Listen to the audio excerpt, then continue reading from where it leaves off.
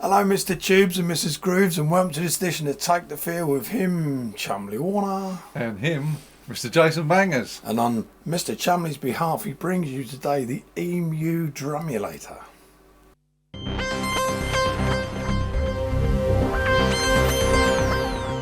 This is a wonderful piece of kit, but first of all, before we do anything, before we carry on, I want to do something. Yeah, go for it. See if you recognise this, guys.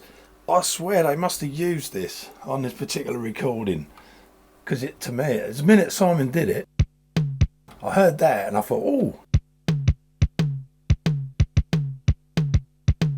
we are strong. Love is a battlefield. Doesn't that sound like Pat Benatar's Love is a Battlefield? But I can't play it, but there, isn't it? It certainly does, yeah. Well, it's been used on a lot of famous songs. Yeah, I reckon they used that, you know. Definitely, yeah. So I'll tell you what, let's not muck about it. Let's give them some sounds. Let's just play a couple of beats, then we'll just quickly play you the individual sounds. So Yeah. Here we go.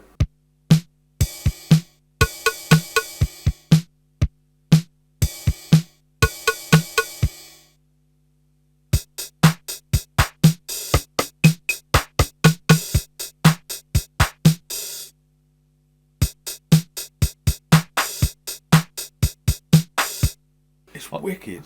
Should say there's 12 different sounds. Okay. So That's enough for a drum kit, isn't it? Yeah, you've got sort of your 6 kind of drum sounds and then another 6 kind of percussion type sounds. So what we got on, and they're all you load them on these 4 pads here. So at the moment we've got bass drum, and then we've got the toms.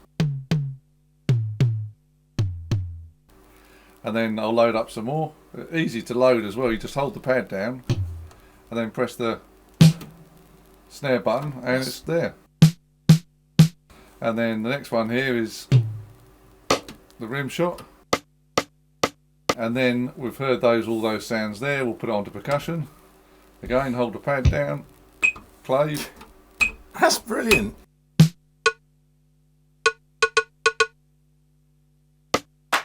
This must be a Roland clap.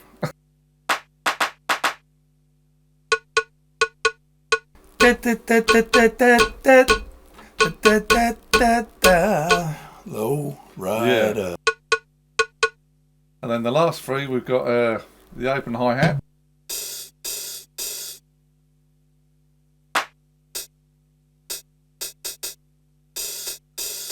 Can we play jazz?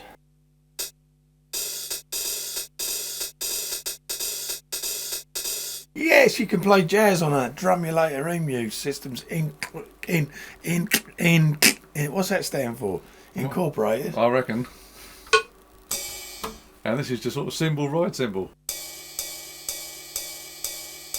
That's really good. Now, how'd you piece them together then to make a pattern? This is the other impressive thing. If I choose, we're on pattern 13 at the moment. If I choose 14, which I think is blank, and you got to have the metronome turned up so you can play in time.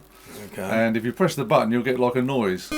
So you get that noise. Ooh. That's a blank patch. Don't like that. Sounds like it's going to blow up. Yeah. Can we hear that again? Ooh. It's like denied, isn't Stop it? the bus, I want to get off. So it's easy peasy. Hit record over here, and then hit the run stop button. Right, you held the record button down and then hit that one, yeah? Yeah. Okay. And obviously you got your metronome turned up so you can hear you. Yeah. And then just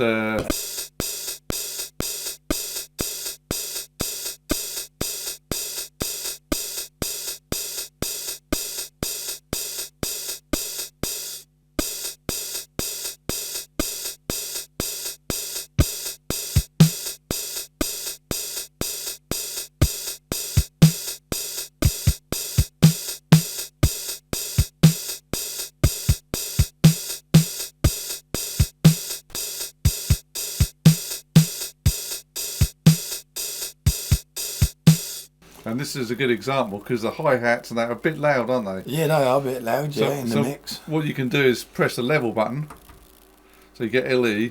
Then you go over to, if you want to adjust the hi-hat, you have to go to because these are all on the top, go to the percussion section.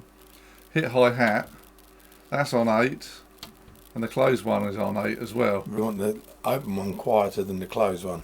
Yeah, so if we hit the open one, and then all you do is move this slider. There you go, just to get it going. Maybe put it on, say... 5, I reckon. Yeah, let's try 5. That's it. Try again.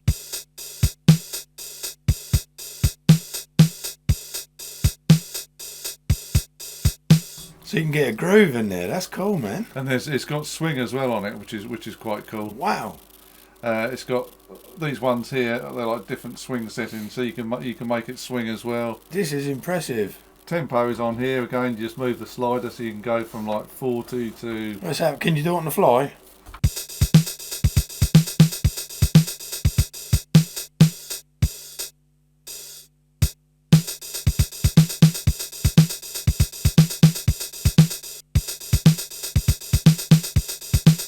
Imagine a bit of fun bass over there, that'd be kinky. And I'd like to compress this and imagine a bit of compression on there, really thump it up. If you hit the swing button here, I think you should be able to. Oh yes. You can make it swing. So at the moment it's on this setting here, 8, which is the standard setting.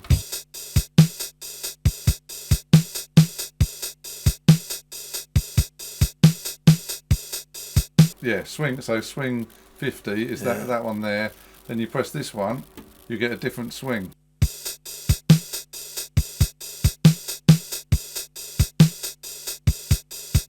And just a slight variation. And then yeah, if we...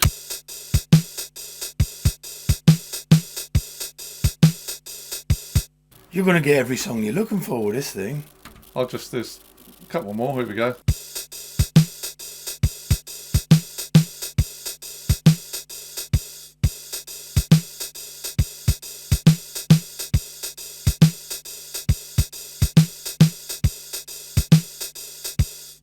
Sorry, I was trying to be clever there by speeding it up, but you've got to hit tempo then, you know. Well, if we put it on the last swing and then you try tempo, dude, so that's the most severe.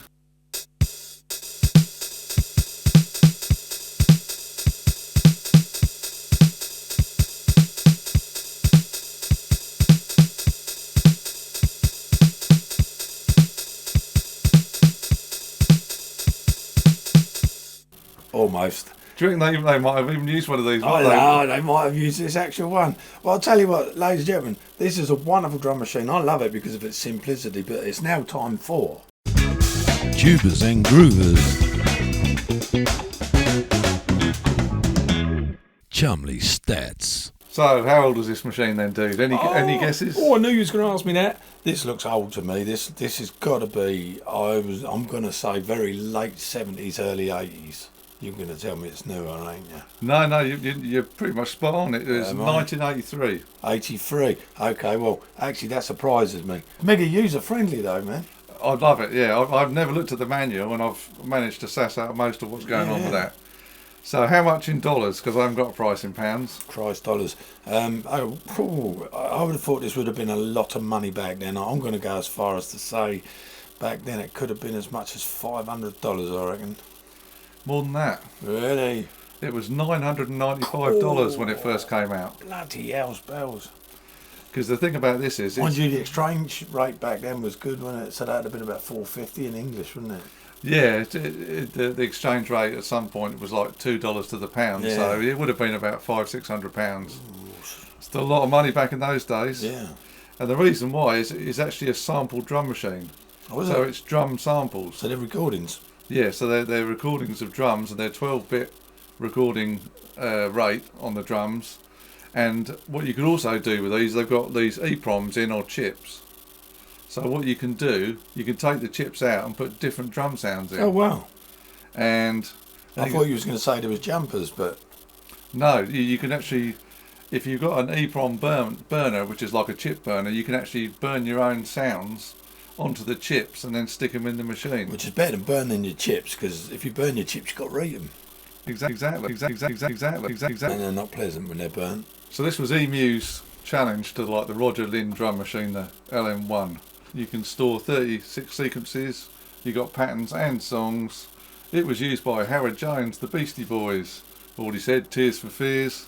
And you can get a MIDI kit to go on the back there if they got the MIDI kit. Oh, it's not MIDI compatible? No. Wow. You got to use your own sort of old school analog gates and the rest of it, which is we can do, and if anyone's interested, we can do it for you. Always a way around it. So sort of 800 to 1,000 if it's mint with a MIDI kit. So yeah. Just one more thing. Well, one more thing. One more thing. If you're buying a Drumulator, there's two things to think about. This one's okay. Got a lot of them. These buttons start to fail, and the drum pads here, but you can buy them. It's got an internal battery that might need replacing, and the only other thing is that a button battery? No, it's like a battery. You can still buy them. That's fine. And obviously just check the capacitors on the power supply, but apart from that, they're good little drum machines. With all that said, ladies and gentlemen, thanks for watching us here at Take the Fear Out of Gear. We really do enjoy the pleasure of your company, and I put my teeth in and spit my words out properly one day. So it's goodbye from me, Jason Bangers. And it's goodbye from me, Mr. Chumley Warner. See you again soon.